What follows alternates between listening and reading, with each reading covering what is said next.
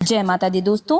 आषाढ़ मास के शुक्ल पक्ष की प्रतिपदा तिथि से आरंभ होकर शुक्ल पक्ष की नवमी तिथि तक जो 9 दिन होते हैं, इन्हें गुप्त नवरात्रि कहा जाता है। और गुप्त नवरात्रि जैसा कि नाम से ही पता चलता है कि इन नवरात्रि के 9 दिनों में गुप्त साधनाएं की जाती है। वर्ष में 2 बार आती है गुप्त नवरात्रि, जो कि माघ मास में और आषाढ़ मास में। गुप्त नवरात्रि में साधना करने से, मंत्रों का जप करने से, देवी की उपासना करने से आत्मिक उन्नति होती है, आध्यात्मिक उन्नति होती है और भौतिक जो भी मनोकामना है, सुख समृद्धि है या कोई विशेष मनोकामना है या फिर संतान की सफलता हो या जीवन में बहुत कठिन समय से आप बहुत समय से जूझ रहे हैं, तो ऐसे में आप इस दिन कुछ उपाय जरूर ही कीजिएगा। और अगर आपके जीवन में विवाह की कोई मनोकामना है तो गुप्त नवरात्रि की आराधना करें, निश्चित ही आपको भौतिक सुखों की प्राप्ति होगी, आध्यात्मिक और आत्मिक उन्नति भी होगी। ये 9 दिन बहुत ही महत्वपूर्ण होते हैं और जिस प्रकार से प्राकट्य नवरात्रि होती है आश्विन मास में और चैत्र मास में, इसी प्रकार से इस नवरात्रि की तुलना में ये नवरात्रि गुप्त नवरात्रि, इसमें गोपनीयता का बहुत अधिक महत्व होता है। शास्त्रों के अनुसार गुप्त नवरात्रि में जो हम साधना करते हैं, आराधना करते हैं, मंत्रों का जप करते हैं, जिस भी विधि से माँ की पूजा अर्चना करते हैं, उसे हम किसी को बताते नहीं हैं। बहुत अधिक गुप्त रूप से पूजा की जाती है और ये गुप्त नवरात्रि की पूजा को जितना अधिक गुप्त रखा जाए, उतना ही अधिक इसका पुण्य फल प्राप्त होता है और उतनी ही शीघ्र हमारी मनोकामनाएं भी पूर्ण होती है। तो इस बार साल 2026 में नवरात्रि का जो मूल मंत्र है वो है कि साधना जितनी गुप्त, फल उतना ही तृप्त। और बहुत आवश्यक है कि गुप्त नवरात्रि में अपनी पूजा, अपनी आराधना, अपना मंत्र और जो भी आपकी मनोकामना हो वो बिल्कुल ही गुप्त रूप से आपको रखनी चाहिए। और इसी के साथ में अगर आपकी कोई विशेष मनोकामना है तो मेरे द्वारा बताए गए कुछ विशेष उपायों में से किसी भी एक उपाय को अवश्य ही कीजिएगा। आज की इस वीडियो में कुछ शास्त्रीय उपाय आप सभी के साथ शेयर करूंगी, जो कि शास्त्रों में वर्णित भी है और बिल्कुल ही अचूक है। इन्हें करने से निश्चित रूप से आपकी मनोकामनाएं भी पूर्ण होती है और आध्यात्मिक और आत्मिक उन्नति भी मिलती है। सबसे पहले बात करते हैं कि आषाढ़ मास में गुप्त नवरात्रि कब आरंभ हो रही है और कब इसका समापन होगा। तो देखिए, आषाढ़ मास की गुप्त नवरात्रि इस साल यानी कि साल 2026 में आरंभ हो रही है 15 जुलाई 2026 को, यानी कि पहला दिन माँ शैलपुत्री की पूजा इस दिन हम करेंगे और कलश की इसका समापन होगा। तो देखिए, आषाढ़ मास की गुप्त नवरात्रि इस साल यानी कि साल 2026 में आरंभ हो रही है 15 जुलाई 2026 को, यानी कि पहला दिन माँ शैलपुत्री की पूजा इस दिन हम करेंगे और कलश की स्थापना भी इसी दिन की जाएगी। तो कलश स्थापना करने का जो शुभ मुहूर्त है वो प्रातः काल में 5:33 से लेकर सुबह 10:09 तक रहेगा। अच्छा, ध्यान रखिएगा कि गुप्त नवरात्रि का आरंभ हो रहा है बुधवार से और बुधवार के दिन अभिजीत मुहूर्त हमें नहीं मिल रहा है। तो अगर आप कलश की स्थापना करना चाहते हैं तो सुबह में जो भी मुहूर्त है 5:33 से लेकर सुबह 10:09 तक, इस समय के दौरान कलश की स्थापना आप सभी कर सकते हैं।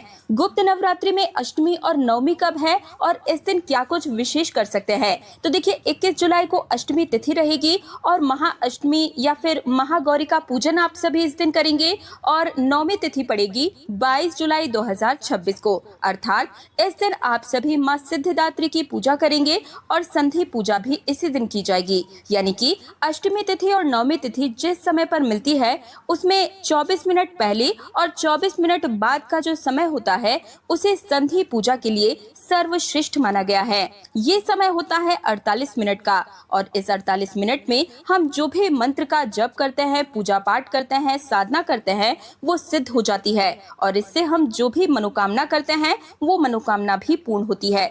इसी के अलावा नवरात्रि में जाने अनजाने में हमसे बहुत सारी गलतियां भी हो जाती है, तो उन गलतियों की क्षमा भी मिल जाती है। तो भी भक्त नवरात्रि का व्रत धारण करते हैं पूरे 9 दिनों का, तो वे सभी 23 जुलाई 2026 को आषाढ़ मास की गुप्त नवरात्रि का व्रत का पारण भी करेंगे। ठीक है, आषाढ़ उपायों के बारे में, और ये उपाय आप किसी भी विशेष मनोकामना पूर्ति के लिए कर सकते हैं। कोई भी मनोकामना हो जो कि आपकी अधूरी हो, लंबे समय से परेशान चल रहे हो, तो आप एक प्रयास जरूर कीजिएगा कि नवरात्रि के इन 9 दिनों में एक बार इस उपाय को जरूर ही कर लीजिएगा, जो कि वीडियो में मैं आगे आप सभी को बताने जा रही हूँ, लेकिन पूर्ण श्रद्धा और भाव के साथ ही कीजिएगा।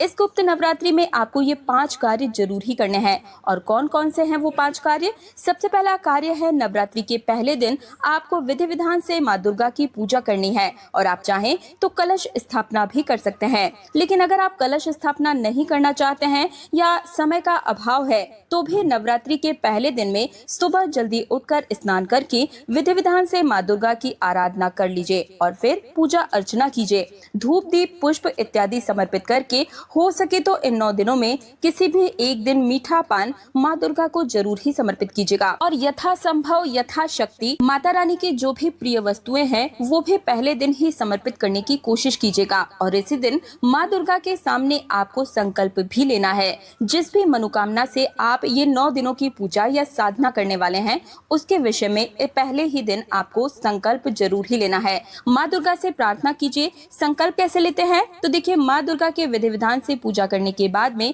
अपने दाएं हाथ में जल और पुष्प लीजिए और माता दुर्गा के सामने आप अपना नाम, गोत्र और कल्प के दौरान माँ दुर्गा से कहिए और उनसे प्रार्थना कीजिए कि इस कामना से आप आज से ये माँ दुर्गा की पूजा आरंभ कर रहे हैं। हे माँ जगदम्बा, हमारी इस प्रार्थना को, हमारी इस मनोकामना को स्वीकार कीजिए और हमें आशीर्वाद प्रदान कीजिए।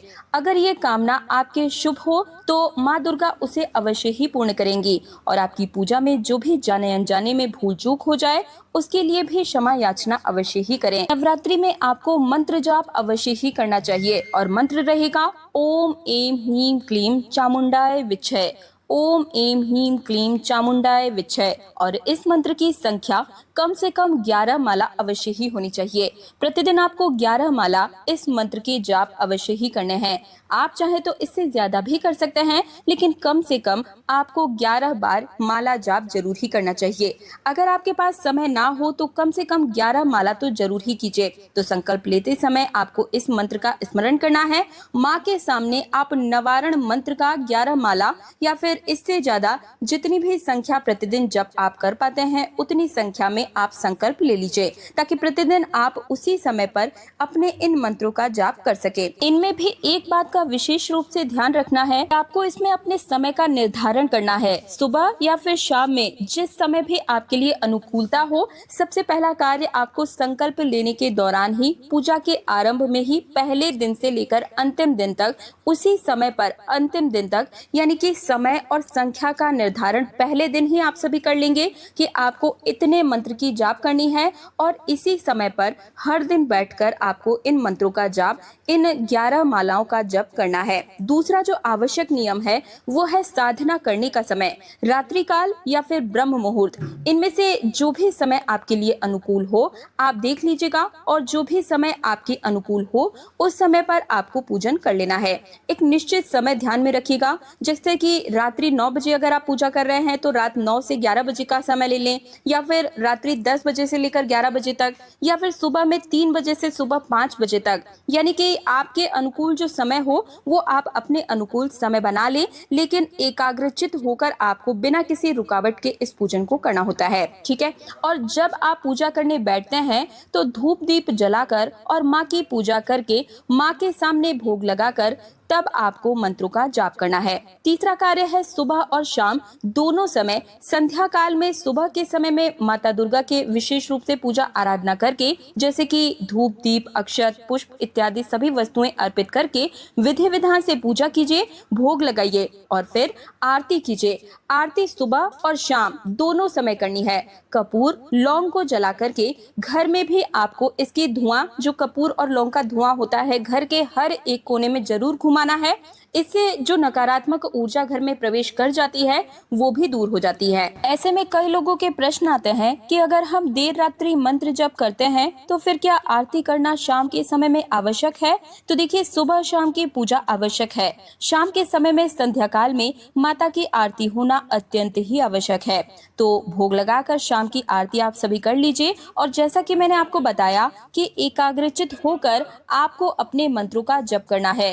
तो ये आप अपनी सुविधा के अनुसार देख सकते हैं कि आप किस समय मंत्रों का जाप बिना किसी रुकावट के एकाग्रचित होकर कर पाएं उस समय पर ही आप अपने मंत्रों के जप का निर्धारण कीजिएगा। लेकिन अगर आपके पास में घर में काम है या फिर आप ऑफिस जाते हैं, देर से आते हैं, तो ऐसे में आप रात्रि में या फिर ब्रह्म मुहूर्त में पूजा भी कर सकते हैं। तो समय आप अपने अनुसार, अपनी अनुकूलता के अनुसार देख लीजिएगा। जो भी समय आपको अनुकूल हो, संध्या काल, सुबह के समय या फिर रात्रि के समय, या फिर आप चाहें तो ब्रह्म मुहूर्त में भी कर सकते हैं, लेकिन एक ही समय निश्चित होना चाहिए। प्रतिदिन आपको एक ही समय पर पूजा करनी है। बस इस बात का आप सभी को विशेष रूप से ध्यान रखना है। ऐसा बिल्कुल भी ना हो कि आज आपने सुबह में पूजा कर ली, कल दोपहर में समय मिला तब कर ली, अगले दिन रात्रि में, परसों ब्रह्म मुहूर्त में। ऐसा बिल्कुल भी नहीं है। एक ही समय का निर्धारण 9 दिनों तक आपको उसी समय पर प्रतिदिन पूजा करनी है, जप करना है। चौथा कार्य आपको करना है, प्रतिदिन लाल पुष्प या गुड़हल या गुलाब का फूल आप माता रानी को